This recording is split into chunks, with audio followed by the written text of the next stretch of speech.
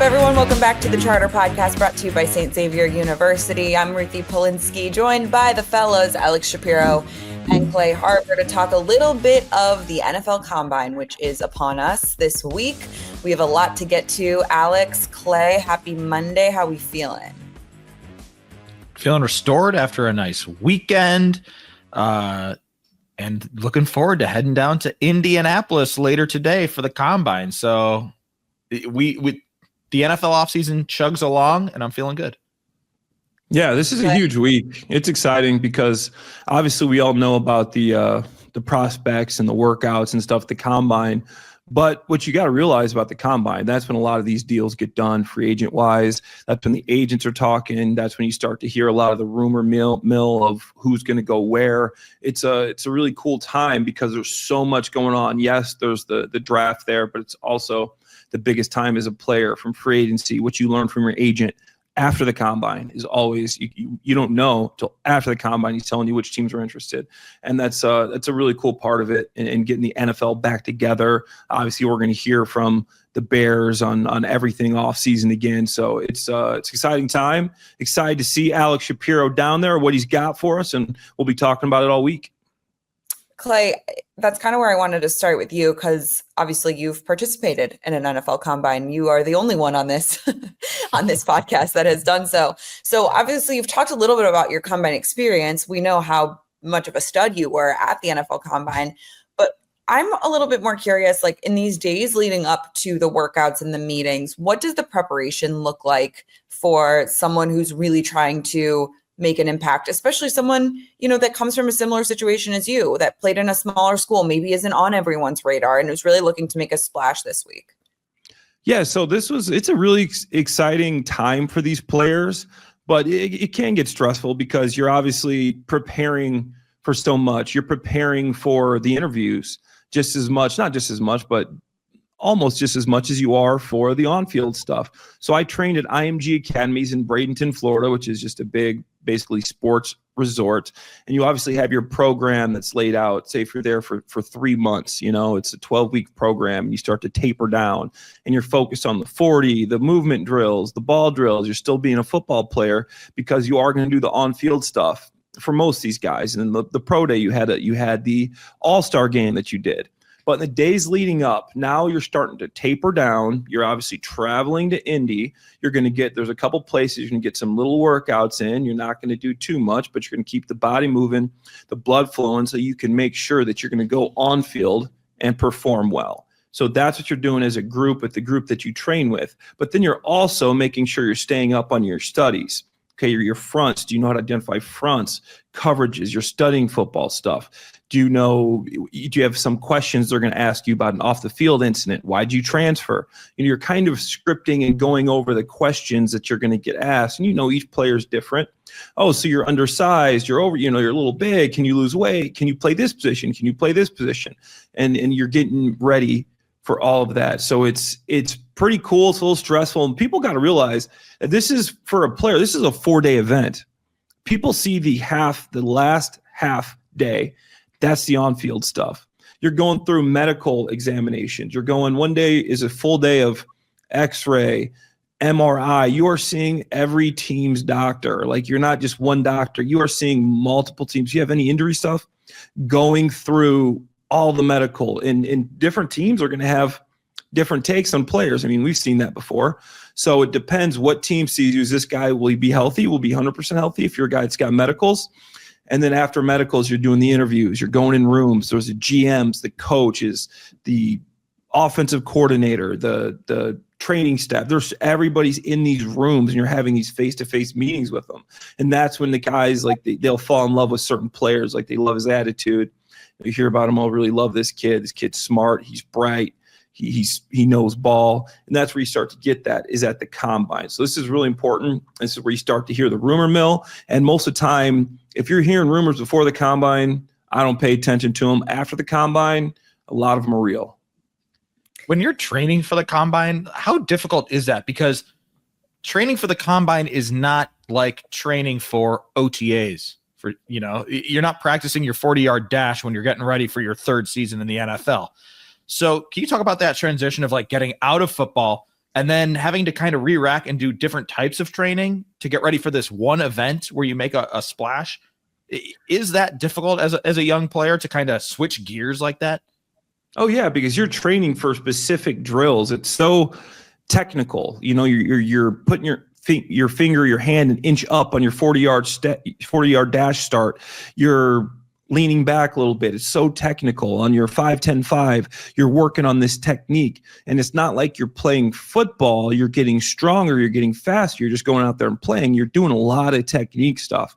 So these guys aren't really training to play football. They're training like track athletes. And then the thing that throws a wrench in the middle of that sometimes, and obviously not all the guys go to a all-star game, but then you go to an all-star game and you play football, then you jump right back into this technical track kind of athlete training technique for the broad jump, training technique for the vertical jump. You're training just bench press reps at 225. Like why 225? Like no, everybody benches way more than that, and we're going to test 225. It's something you would never do in real life or real training with NFL football. So that's a good point, Alex. The training is completely different than you would get during the season or even in preparation for the season. It's not like you're training to actually play football. You're training to go out there and put up some good numbers. Clay, do you remember what teams you met with at the Combine? And also, were there any questions that you were asked that like really threw you off, or you had a funny interaction with any team? Like, what stories do you have for us? Yeah, I remember I met with the Patriots. Bill was typical Bill, and was pretty nervous in that one. I think I nailed all of them except for that one. He like had this way of trying to make you sound like you didn't know what you were talking about, and I'm like, I'm pretty sure I'm right here. He's like, so what do you mean by that? What does that mean? Like, and then he'll put on your film. So what are you doing here? Like, what's the read here? I don't understand that. And then Bill being Bill, that was a funny one. The Jets back when Rex Ryan was the head coach. Not to cut you off, Clay, but that obviously went well for you because a couple years later, the Patriots signed you. Like they remembered you from, that interaction. So it's classic. Yeah. But anyways, we drafted two tight ends that year, and Rob Gronkowski and Aaron Hernandez, but they didn't take me.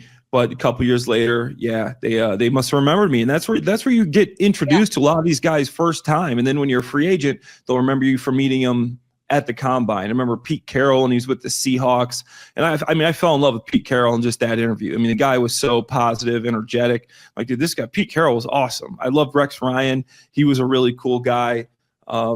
Never met with the Philadelphia Eagles, the team that ended up drafting me, which is pretty funny. The only guy I ever met with out of the entire organization was their tight end coach, who ended up not getting along with a lot very well in Philly. But that was pretty cool. As far as questions, some of them have different strategies, right? Like the Jets were big on, all right, what are you seeing here? They wanted to know your coverages. Do you know what this is? What do you call this? Safety is, whatever. And then you got some teams that kind of come in there and they just kind of bro out more or less with you and try to get to know who you are as a person. They're not worried about the X's and O's and the football stuff. And you're literally just having a conversation like, okay, what was the point of this meeting? They just want to get to know you as a prospect, as a person. I remember the questions. There was like, would you rather be a cat or a dog? There were some weird ones. Or like, if you were a car, what car would you be? Like what kind of transportation vehicle would you be? I remember that one. I'm like, I don't know, like a SUV because I'm big and can move. I don't know. It's like there were some funny questions there, but it's just interesting that the different strategies that these teams take. Clay, would you rather be a cat or a dog? I said a dog, man, and I didn't have any real reason behind that. I love dogs. I feel like dogs are always happy. The dog is, you tell a dog, let's go outside. The dog's having the time of its life. I'll be a dog. No, I'm kidding. But my last one just about the Combine, because it sometimes, and there's truth to this, gets referred to as the underwear Olympics, right? A wink and a nod that, hey, as you said, this is more of like a track meet. There's not a lot of real football. But are there things when you're watching the 3-cone drill, when you're watching the bench presses, et cetera, where you can pick, that little technique, that little thing this translates to football? Are there little moments that as a football guy you're looking for, or are you just looking for the fastest, the strongest, etc.? We see it every year. There's going to be a couple guys that go out there and just absolutely destroy the combine, and then their stock is going to soar. A lot of times the scouts already know about these guys and are preparing for them to do such things. Like they have an idea what these guys are going to run. But I think the thing you look for as a personnel guy and when you're looking at these players is outliers. If the game film's what matters most. How's this guy play when you watch his tape in football, not the Underwear Olympics? But if, say, he's a wide receiver and he runs a 4.7, okay, now you got questions. Okay, this is an outlier. But then the other end of that is if he's a wide receiver and he runs a 4.2, now you're giving him, okay, now I can work with this guy. So it's the outliers. If the guy runs a 4.45, okay, I saw his tape. He's fast enough. He's not a burner, but I'm going to go back to his film and just proceed as such. What is his film? If there's outliers, if a guy does the bench press and he's an offensive lineman, can only get 15 reps, okay, this guy's upper body strength might be an issue. We got to go back and check the film and see what's going on here. How is he able to play if he doesn't have this upper body strength?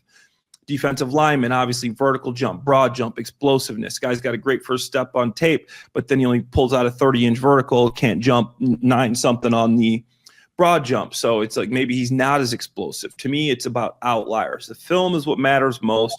I still think, even as a guy that was one of the crush the combine, so to speak, I think that there's way too much weight put into that, and it should be based on game film. And what the scouts kind of explained to me is we use a combine sometimes, say a guy like you, a guy like me, we see this kid, he comes in, he does all the drills well, he does, it makes us go back to your tape and make sure that we watch it again. If you are one of these outliers, we go, okay, maybe we missed this the first time, but this guy really is a real prospect, even though, say, if he's a small school guy, went to Missouri State, hadn't had a draft pick in 30 years. So it just gives you the opportunity to kind of show out and give them an excuse to go back to your film if you didn't have a chance to go play at All-Star game as well.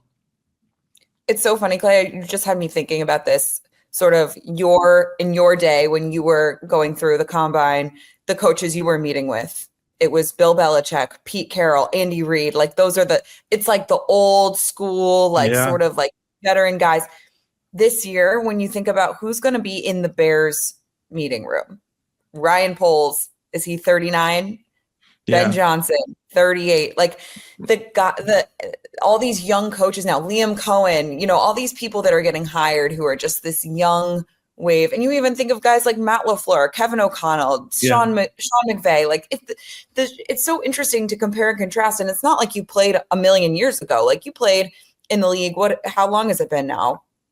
It's been less than 10 years since my last. Yeah. It's just been it's just such an interesting thing to think about. Just sort of this new wave of these young coaches that are coming up through the ranks and having these opportunities. Yeah, it is. It's really cool. And I'm sure it's interesting for the players like coming in and being able to connect with these guys. Obviously, they're older than them, but I mean, you look at the Bears, look at Declan Doyle, who's the offensive coordinator. You come and you sit down in the room, and then the offensive coordinator is going to have some questions for you. So it's like, okay, this is our GM. He'll say something, then they'll go like head coach, GM, offensive coordinator, and tight end coach will say something. And it's like Declan Doyle, he's like, bro, you're my age, and this guy is super young. So that's going to be interesting. And, like you said, it was a different time back then, and you had these older coaches, and it felt more like it wasn't as kind of like you're almost a peer because you're the same age. It's like, the mentor and mentee. And now I feel like it's more of like a collaborative type vibe with these younger coaches. Yeah, I was just looking because I knew Cam Ward was older. I think, you think about Michael Penix coming out of the draft last year, who wasn't he like 25? 25 years old. And like, imagine if he were meeting with Declan Doyle, not that they would, but just hypothetically speaking, like they're 3 years apart. It's unbelievable. Yeah. So it's funny to think about. Let's transition a little bit into this week. And obviously we know that the Bears will not be looking at the quarterbacks. Thank goodness they don't need to be looking at the quarterbacks, but they will be looking in the trenches. We know that. That's definitely going to be priority number one. What do you two believe will be sort of the priority for the Bears heading into this week? Well, I think a lot of it is, as Clay said, it's marrying the tape with now what you're seeing at the combine, and it's maybe following up another touch point with a guy who impressed you at the Senior Bowl. Mike Green, was a guy who produced a lot, really, was an intriguing guy, was incredible at the Senior Bowl, and has just been rising up all these consensus pundit draft boards. He's also a guy who has the traits to do really well at the combine. So, again, can you follow up that Senior Bowl performance with a great combine performance? How do you interview now? Because, the first meeting is maybe a hello, hey, how you doing, blah, blah, blah, blah, blah. Not very serious. Now that we're getting serious, let's learn more about you. A guy like 𝗗marr, again, going back to the tape, traits, so intriguing as a prospect, but the finish isn't there. He is supposed to do really, really well at the combine. Can he come through with that? And then guys like Willie Lampkin, right? I spoke to Willie Lampkin at the Senior Bowl because he's a really small center, but he looked really firm. And he was telling me about like his strength. He takes his strength conditioning so seriously because he knows, listen, I'm a small guy. I got to be strong. I got to be technically sound, but I got to be strong. So now show me that you're really strong with the bench presses. So it's kind of marrying the tape with all that other stuff. And then just one more thing, the medicals. Josh Simmons, had the knee surgery, but early in the year was looking like one of the top tackle prospects. So this is a really, really important time for your doctors to get with these players and get that medical clearance, right? Is Josh Simmons going to be okay for training camp or not? That's going to have a huge impact on how the Bears kind of build their draft board. Yeah, no, Alex is exactly right. You look back in when the Bears, they've owned the combine the last couple of years, obviously with the picks. They're the talk of the combine and number one pick. And the last couple of years is right afterwards when that deal got done for the number one pick and everything this year with the Panthers. As far as these players are concerned, Alex is right. You think back to like the Bears, they met with Jalen Carter at the combine, and there are some guys that you're going to meet with and you're going to see if they're a fit for your culture. Ryan Poles always preaches culture and stuff. So first, those meetings are very important. Which guys, you got a list of what you could possibly do at 10, which directions could this thing go? Could a couple quarterbacks go, or the quarterback's going to fall out the top 10, which means more position guys going? What positions do you want to target? Obviously, you want the blue chip type talent, what everybody says. But are you going to go left tackle when you do have Braxton Jones, who is graded as a top 30 tackle the last couple of years on Pro Football Focus? Obviously, we think that that's a position maybe you can improve on, but he is a serviceable guy. Do you want to make a big splash at, say, edge rusher? Who's your top edge rusher there? So specific guys that I want to see, if I want to name a couple, I think D tackle. If you're looking at a D tackle, a guy like Walter Nolan, who had a big year, how does he interview? Do you think this guy could fit in your culture? This guy, to me, when he look on tape, he can play anywhere from a 0 to a 5 technique. That's what you want. He had 6.5 sacks, 14 TFLs in college. Walter Nolan also had a big-time Senior Bowl. I think Alex mentioned a couple guys. 𝗗marr, interview him. This guy is big. He's pretty, 6'5", 285 pounds. He's probably going to run, I would say, in the 4.5s. He's going to jump high. Ask him why you got 4.5 career sacks. See what he says. You're watching the film. Why do you have 4.5 career sacks? Because he's going to be one of those guys after the combine, I guarantee it, will be a guy that everybody's talking about and will be in consideration for that pick. I think the Bears go defense here, in my opinion. I love Kelvin Banks, who's offensive tackle for Texas. It's going to be important for him. Different things are important for different guys. His arm length, just like Will Campbell, arm length. Okay, that's a big time thing. Is this guy going to play guard or is he going to play tackle? If his arm length is longer, you can justify taking a tackle at 10. But if this is a guy you think is going to play guard, it's a little bit harder to justify. Obviously, Peter Skoronski moved into guard. He was a top pick, and he's been successful. There are situations where that happens. arm length matters. And as far as the trenches, if there's one more guy I want to talk about, I've written down here, I like Miles Williams from Georgia, but this is another guy. He can play anywhere from 4 technique to stand-up rusher.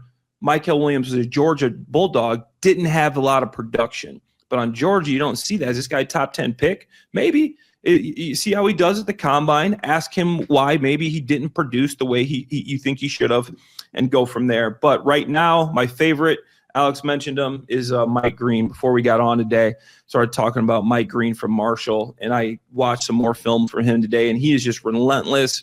Wrestling background, came into college as a receiver. He's a freak athlete. I think he's going to test extremely well, just like a guy like James Pierce Jr. will. But we're going to see a lot of these names start to pop up, and I think there'll be a lot of edge rushers, deep defensive line class this year.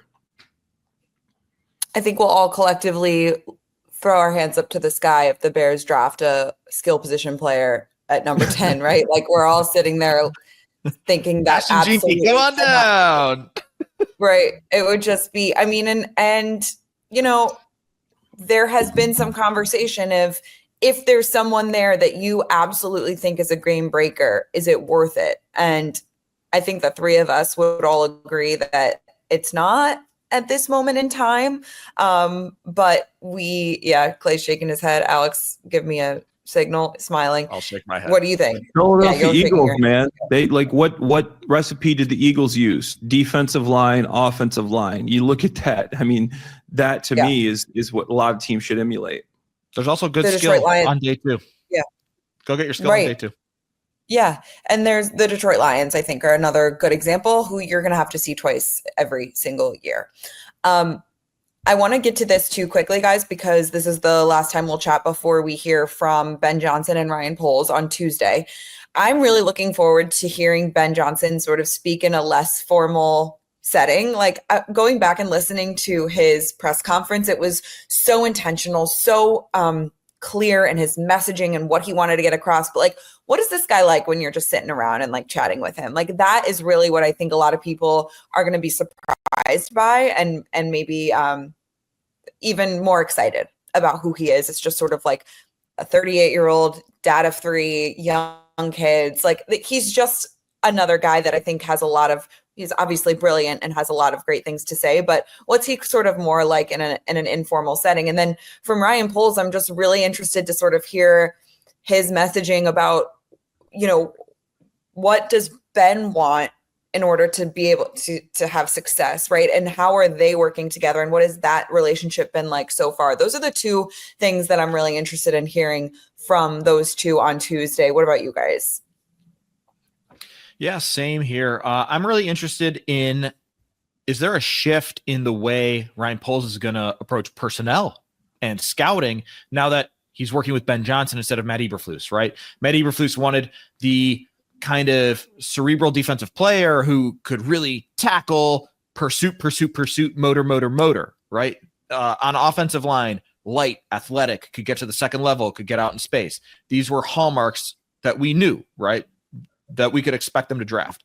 Now that Ben Johnson's in town, does that shift at all? Is it going to be kind of more of the same? Or does he have different ideas about offensive linemen? Do he have different ideas about who he wants in a defensive player? As an offensive coach, hey, these defensive guys give me trouble, so let's go after them. And then I'm also interested just hearing from Ryan Poles about Ian Cunningham, who didn't get the Jaguars job, right? Are you disappointed for your guy that he didn't get the job, or are you kind of happy that your guy is still going to be around and you get to keep this dynamic duo at least for one more season? So those are some other things that I'll be interested in hearing from these guys. Is that the question you're going to ask him? I might think of a different way. I'll workshop how to ask the question about Ian Cunningham. Yeah. No, I think Ruthie, kind of hit the nail on the head. I'm obviously interested in just seeing Ben Johnson in front of people again and more. We haven't got to see a ton of that, just see how he interacts. But I would be curious to see if and he probably wouldn't say it, but to see like maybe if he's got a vision now of what he thinks this offense will look like with Caleb running. Obviously, if he started the process of creating this offense that he's talked about with Caleb Williams. Have you guys been on the phone? Have you guys been on Zoom? I don't think Caleb's in town right now. Have you started this process? Where do you see this going? What do you think are the most important positions for this type of offense that you are creating? Obviously the trenches is something everybody's mentioned. Offensive line, interior offensive line. Are we going to go out in free agency and really attack that hard is something I'm intrigued to see. And then, how are you going to use specific players would be, another question, but that all comes back to how he implements the offense. And for me would be if he started that implementation of the new offense. Does he have ideas? Have you broken down all of Caleb's tape yet? Have you seen the things that you think he does well, that he doesn't do well? Do you have a plan moving forward already of how to fix that? Or are you kind of just focused on the offseason, looking at what players you want, looking at free agency, and then you're going to handle that in OTAs, when the guys do show up? But usually, typically at that point, that's when you start implementing the offense for everybody. It already has to be done. So I think this is it's an interesting time here because a lot has to get done before OTAs and the players report, because that's when you start implementing and teaching exactly how you want an offense. So if you're going to create this thing from the ground up, you got to start pretty soon. We know Ben Johnson loves a tight end from what we saw in Detroit. That tight end room is looking a little thin. Gerald Everett was cut. Mercedes Lewis, God love him, but I think he's approaching his 75th birthday. Clay, are you ready to suit up? Like what's happening with the tight ends?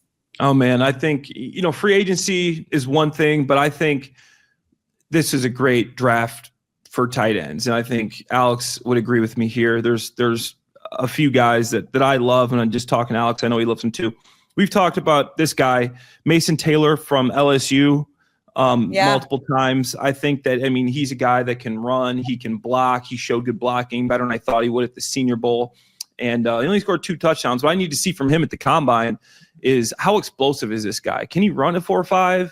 If he's a guy that can jump, 36, 37 inches, run a 4.5, my only question is the explosion that it takes to create separation and man-to-man. Mason Taylor's a guy I think you could maybe get late day 2, early day 3, depending on how high these go. And then another guy. This is probably one of the biggest boomer bust prospects in the draft, Miami Hurricane, Elijah Arroyo. He had back-to-back season-ending knee injuries, which is horrible. His medicals, if this guy checks out medically, 6'5", 250, fast, explosive. He looks like a top-tier receiving tight end already. Very impressed with Elijah Arroyo. But what do you see in his knee? Will he check out? Will he be able to play a full 17, maybe 18 game season coming up? And then the other guy who obviously got a lot of accolades coming in to the Senior Bowl, to the Combine, is Harold Fanning Jr. And this guy, I think he's Bowling Green, he's Bowling Green tight end. He led the nation in receiving yards and receptions. Watching his film, he is great. He takes handoffs out the backfield, run after catch, unbelievable hands, great routes. But the same thing as Mason Taylor. I can't tell exactly, especially with the competition he's playing against, even though he did have big games against good players, is how explosive is this guy? Is this guy strong enough? I'm going to check out his bench press reps. What's he run the 40 in? What's he do the vertical jump in? Is he a guy that can get down to the 4.5? Because he is going to be that H-back, that move guy. Reminds me a lot of Sam Laporta. Cole Kmet isn't a Sam Laporta type tight end. If Ben Johnson wants that type tight end, he's going to have to find him. But this is a perfect draft class to find that guy, because there will be depth there from the 3rd to the 4th round. I think will be really, really impressed with the players that are available. Totally. Bears need to add tight ends. You said it, Ruthie. I co-sign everything Clay said, but I'm just going to add a few more names to the list. One, Jake Brenningstool from Clemson, looked like a power slot guy. Jackson Hawes, more of the bigger inline blocker, but who, uses his big body well and can catch passes.